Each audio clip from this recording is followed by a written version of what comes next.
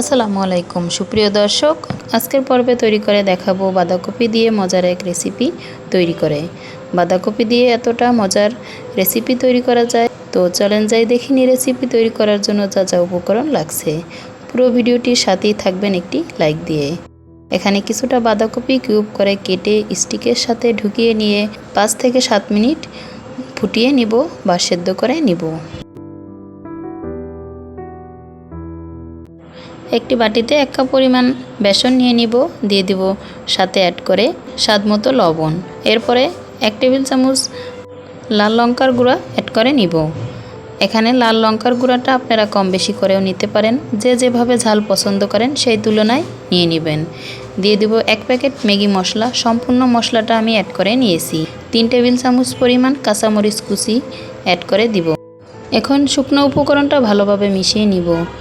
যে যেখান থেকে আজকে রেসিপিটি দেখছেন, চ্যানেলটি সাবস্ক্রাইব করে বেল আইকন অন করে রাখতে পারেন, যাতে আমার নতুন ভিডিও সবার আগে আপনার কাছে পৌঁছে যায়। একটি লাইক ও কমেন্ট করে আপনার মূল্যবান মতামত জানিয়ে দিতে পারেন। এখানে অল্প অল্প পানি অ্যাড করে নিয়ে একটি ব্যাটার তৈরি করে নিয়ে সাইডে রেখে দিব। সবশেষে এখানে অ্যাড করে দিব কিছুটা ধনিয়া পাতা।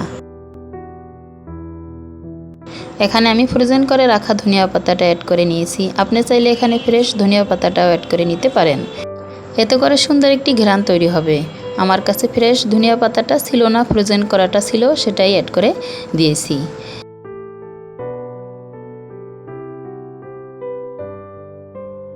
আগে থেকে সেদ্ধ করে রাখা বাঁধাকপি চেপে এভাবে পানিটা বের করে নিব।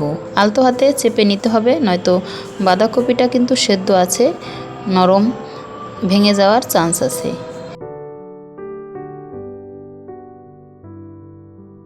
আগে থেকে তৈরি করে রাখা ব্যাটারে বাঁধাকপির কিউবগুলো অ্যাড করে দিয়ে এখন তৈলে ভেজে নিব।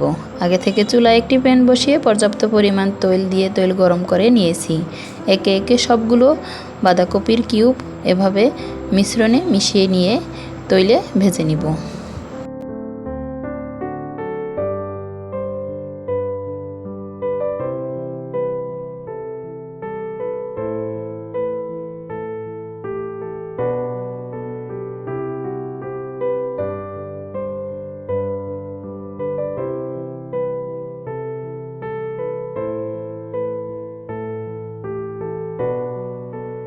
এক পিঠ ভেজে নিয়ে উল্টিয়ে নিব। এক পিঠ ভেজে নিতে সময় লেগেছে প্রায় 3 থেকে 4 মিনিট। চুলার আঁচ এ পর্যায়ে কিন্তু হালকা টু মিডিয়াম আছে। এক পিঠ উল্টিয়ে নিয়ে অন্য পিঠ ভেজে নিব। এরপরে অন্য পিঠ ভেজে নিয়ে একটি তেল ছাঁকুনিতে তুলে নিয়ে তেলটা ঝরিয়ে নিয়ে একটি বাটিতে তুলে নিব বা যে কোনো একটি পাত্রে তুলে নিব। বাঁধাকপির এই পাকোড়াটি আপনি তৈরি করে বাচ্চাদের টিফিনে কিংবা বিকালের নাস্তা হিসেবে ঝটপট তৈরি করে নিতে পারেন। স্বাস্থ্যকর এই রেসিপিটি তৈরি করে আপনি প্রিয়জনদের উপহার দিতে পারেন অল্প সময়ে।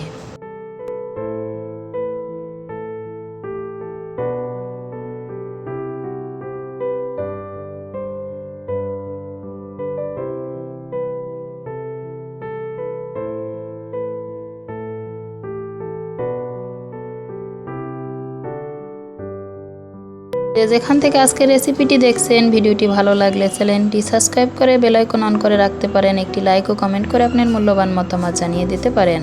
ভালো থাকবেন, সুস্থ থাকবেন, আল্লাহ হাফেজ।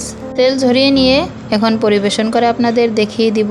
এখানে আপনারা টমেটো সস কিংবা যে কোনো সস দিয়ে পরিবেশন করে নিতে পারবেন।